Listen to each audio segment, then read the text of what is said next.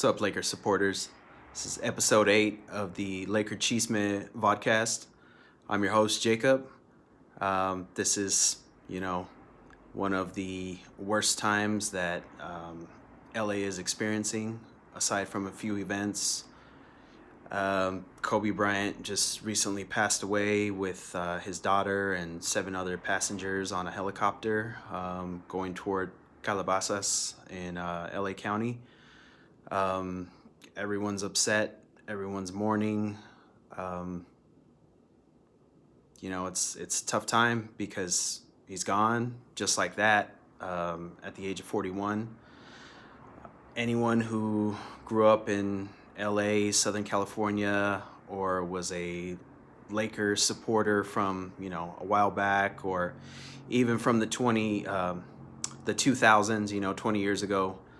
Everyone's really feeling it because we lived through the Kobe era, and we got to see him shine, see him go from a high school standout, a great player at Lower Merion High School in Pennsylvania and Philly, and to go from there to be traded for Vlade Divac after the draft, and really grow as a complete player, and as a member of the NBA, what he's done for basketball, what he's done for his family.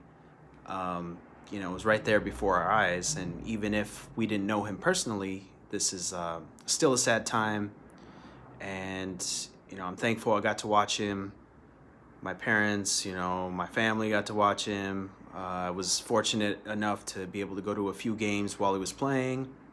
And that's why I also stress, going, or if you have the ability to go see these legends before they retire, and before, even worse, if something catastrophic were to happen, we're going to be without our greats. And that's not just a basketball thing. That's just a personal thing. If there's someone you have a conflict or disagreement with, and you feel they're worth it, it might be time to contact them and talk to them. But it goes for music. We're still getting over or getting through Nipsey Hussle's murder last year, so LA is really feeling it right now. So it's just a lot of different things. It could be sports, it could be art, as far as music, painting, opera. It really doesn't matter. If you have older legends out there, like Jack Nicholson is in his 80s, I'm pretty sure Flea is in his 50s. It's time to go see them. If you're into Snoop or the Dog Pound, Warren G, you got to go out and see all your legends who have been out for a couple of decades or more. Might be out for half a century, who knows. But it's a great time to invest and go check them out before they're gone, because this is not the first time it's happened. It's not going to be the last. We all have that time when it's up. So just thankful again to have seen Kobe go from his rookie season in '96 to 2016. It was just an incredible run. That's you can't say more about it. Multiple all defensive, first team all defensive, MVPs of the finals, and I think he won one regular season MVP. You're talking about 2 gold medals, 2008, 2012 with LeBron both times, and then of course Anthony Davis in 2012. So this man was very accomplished, and Flea said it best. He touched on it. He would give you 100% every night, not just the games that were going to be televised highly, like against Boston or Cleveland or the Warriors, something like that. But it was more so about the Tuesday night games, the Wednesday night games, the Monday night games, whatever. The Sunday night games at Staples at 6:30 p.m. Pacific. Those games where you got 100%, even if Kobe was off, even if he shot, 35%, 40%, he's still going to give you 30, 40 points. Somehow, some way, he always made it happen. And I think that's what he understood when he was younger, when he was coming into the NBA, that there are high expectations in LA, that it's not, you can't just coast by, because it's just not going to work. We expect the best, especially from the Lakers. We're used to winning, and Danny Green has said that we're spoiled. Well, we're not spoiled. We just come from a winning tradition. We have the organization, the president of operations, the ownership, the trainers, the physical trainers, the health trainers who are on the bench, who make sure these players are lasting through the 82-game season and are able to perform in the postseason. That's what we're talking about. Not many other teams in the NBA have that. And what comes to mind immediately is the Spurs. But this is the Pacific Division, and this is how the Lakers run as an organization. It's not just a team thing, it's a coaching thing, it's a support staff. Everyone's making it run. So the Lakers have been able to build upon that based on what Kobe did the last, before he retired, the 2 decades that he was playing for the team. So again, just very thankful that he was here at Staples, that he joined the Lakers. He stayed his entire career, which is uncommon, and he just made it happen day in, day out. And of course, he lost his daughter, and I'm sure his family is devastated and upset. And so I'm just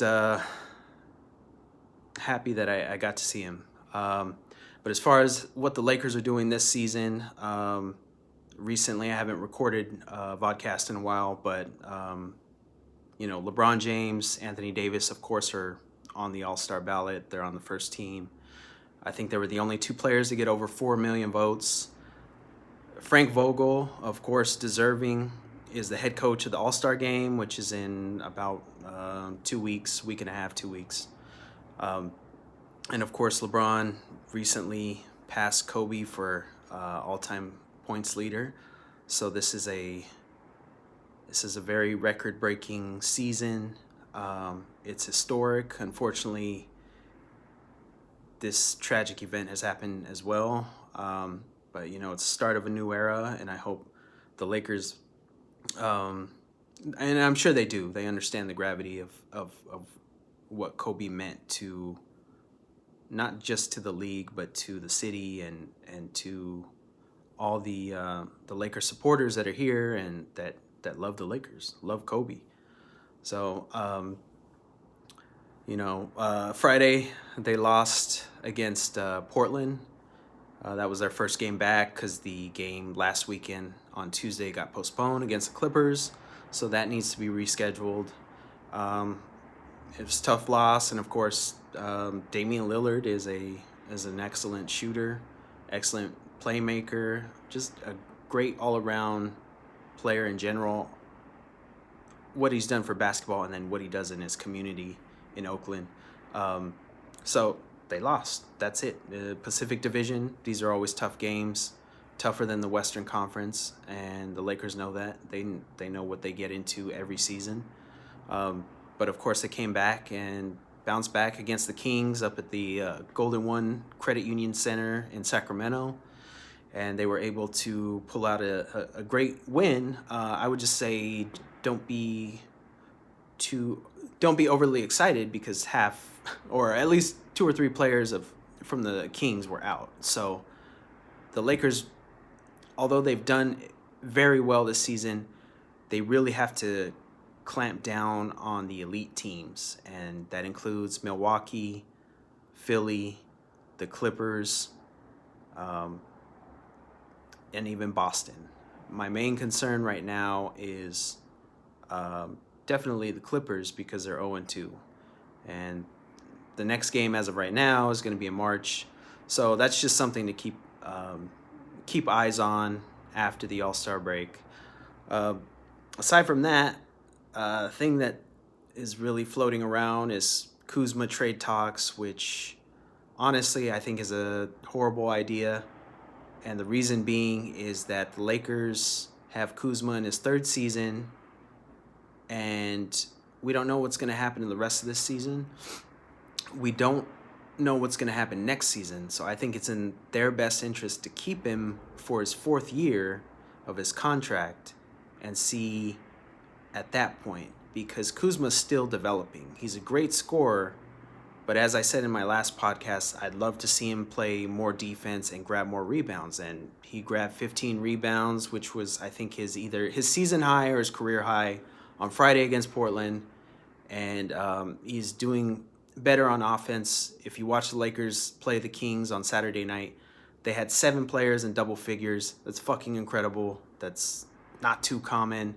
That's what they're going to need, especially during the postseason. So they don't have to overexert themselves during the season, but when it comes April, they got to get it into overdrive, and Kuzma knows that. He's getting more playing time. He's getting more opportunities. Vogel's putting him in the rotation, and I hope it's not to shop him, quote unquote. I hope it's that they're actually looking at him like an investment, like, hey, we need to give him more time because we're going to get more production out of him instead of keeping him on the bench. Davis is going to go out. It doesn't matter. You can flip the rotation as much as you want. That's the point of the regular season, especially with this team being a first team together, is to tinker with the rotation. That way, when it comes time to playoffs, you already got the rotation and you already know who's going to do what, who matches up well with which teams. You've already done your homework. You've already studied your film. You already know how it's more or less how it's going to go as far as matchups. So I would encourage, even though I'm a nobody, I would encourage Vogel and the team to keep manipulating the lineup and see what works, see what's going to match up well, because every team presents different challenges as far as their front court, their back court, transition, their three-point shooting. There's a lot of great professionals in this league. That's why you can't count out any team regardless of their record, because if you do, they're professionals. They're going to fucking beat you, and you're going to lose, and it's not good. So aside from that, I'm just happy that right now Kuzma's intact. The last thing I want to revisit from the last podcast was that Darren Collison is a possibility. The Lakers need another playmaker aside from LeBron James and Rondo. And if you know anything about Darren Collison, you know he's already played for Vogel. He's already played for Doc Rivers, who the Clippers are being mentioned, making a run at him. As far as I know, the Lakers can pay him more as far as a veteran minimum. They just have to figure out who's going to be on the roster, the 15-man roster. And he's already played for Doc Rivers. He's played for Frank Vogel. So to me, it makes more sense if the Lakers make a real play to get Darren Collison on the team as opposed to Derrick Rose or Igoudala. They're kind of long shots. Those are big contracts, big money. The Lakers don't have that money right now, especially this short in the season.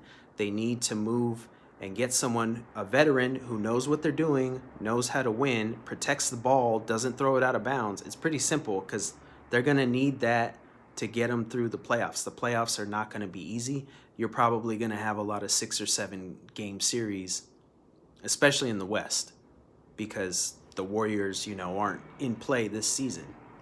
But thanks again for joining this latest episode of Laker Chisme, and I look forward to the next one.